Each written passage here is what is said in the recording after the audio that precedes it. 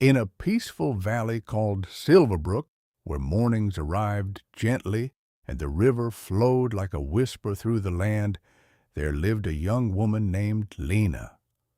Lena was known for her kindness. She smiled easily, she listened deeply, and she gave without ever keeping count. If someone needed help, she was already there. If someone was sad, she stayed until they felt better.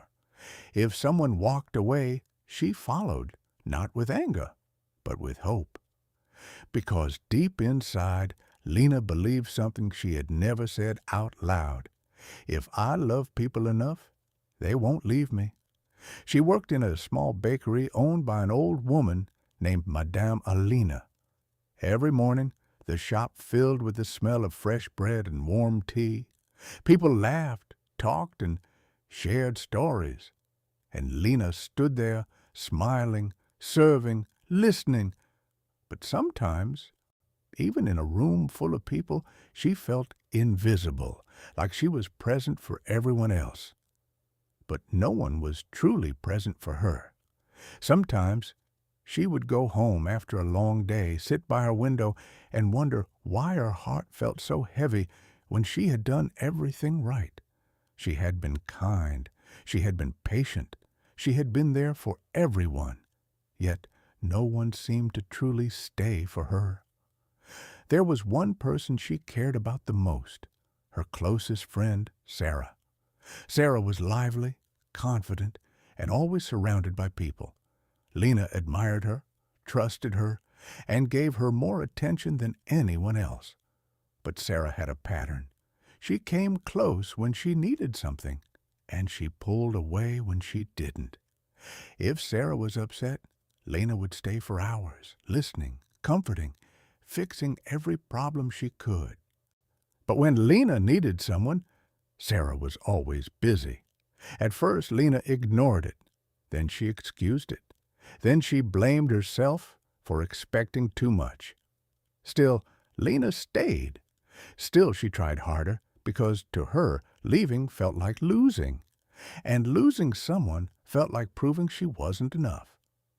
One afternoon, Lena sent Sarah a message. No reply. She waited. Minutes turned into hours. She checked her phone again and again, hoping to see even a single word. Then she sent another message. Still nothing. The next day, while walking through the market, she saw Sarah, standing there laughing, completely fine. Relief rushed through Lena. She walked quickly toward her. "Sarah, are you okay? I was worried." Sarah barely looked at her. "I'm busy, Lena," she said coldly. "You don't have to follow me everywhere." The words were simple, but they landed like weight on Lena's chest. The market was full of noise, voices, movement, but for her, everything went silent. She stood there for a moment, unsure of what to say, then quietly walked away. That evening, she walked to the river. It was the only place where she could hear her own thoughts. The water moved slowly. The wind touched the trees softly. And Lena sat there, holding everything she had been ignoring for years. Then she heard something behind her. Two girls walking along the path. "She's too much," one of them whispered, "always chasing people like she has nothing else in her life." They laughed quietly. Lena didn't move, but something inside her broke, not loudly, not dramatically, just quietly. The kind of break that changes everything. Tears filled her eyes, but she didn't wipe them away this time. She let herself feel it, the rejection, the embarrassment, the truth. For years, she had been trying to earn a place in people's lives who never made space for her. She remembered every time she waited for a reply, every time she over-explained herself, every time she stayed longer than she should have. And for the first time, she didn't defend it. She saw it clearly. A small sound pulled her attention, A tiny sparrow landed near her feet. It was the same bird she had seen days before, still fragile, still quiet. But it wasn't chasing anything. It simply stayed where it was valued. Lena watched it carefully. The bird didn't try to prove anything. It didn't follow anyone. It didn't beg to be noticed. And yet, it was there, calm, present, enough. Lena took a slow breath, and for the first time, she asked herself a different question. Why am I chasing people who are already walking away? Silence answered her. Then something shifted. Not anger, not revenge, just clarity. She wasn't losing people. She was holding on to people who had already let go. The next morning, Lena woke up differently. Not happier, but stronger. There was no sudden confidence, no dramatic transformation, just one quiet decision. I will stop chasing. At the bakery, everything looked the same customers, the same smiles, the same warm bread. But Lena had changed. She stopped checking her phone every few minutes. She stopped over-explaining herself. She stopped trying to fix every silence.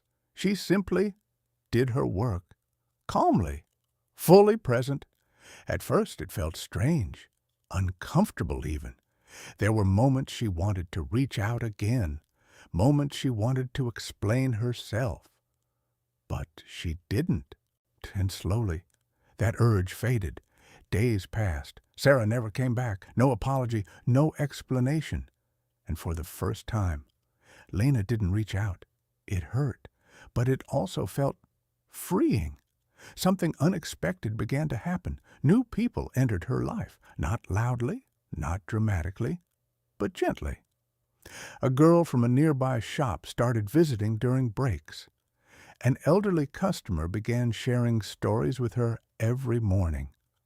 A young boy helped her feed the sparrow that now visited daily. These people didn't need to be chased. They stayed on their own. And for the first time, Lena experienced something unfamiliar, effort that was returned.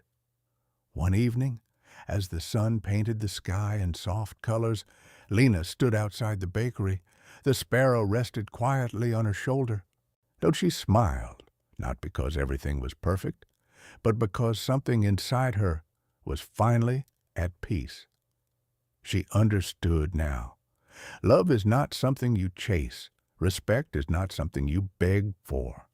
And the people who truly value you will never make you feel like you have to earn your place. If you have always been the one who gives, ask yourself one honest question.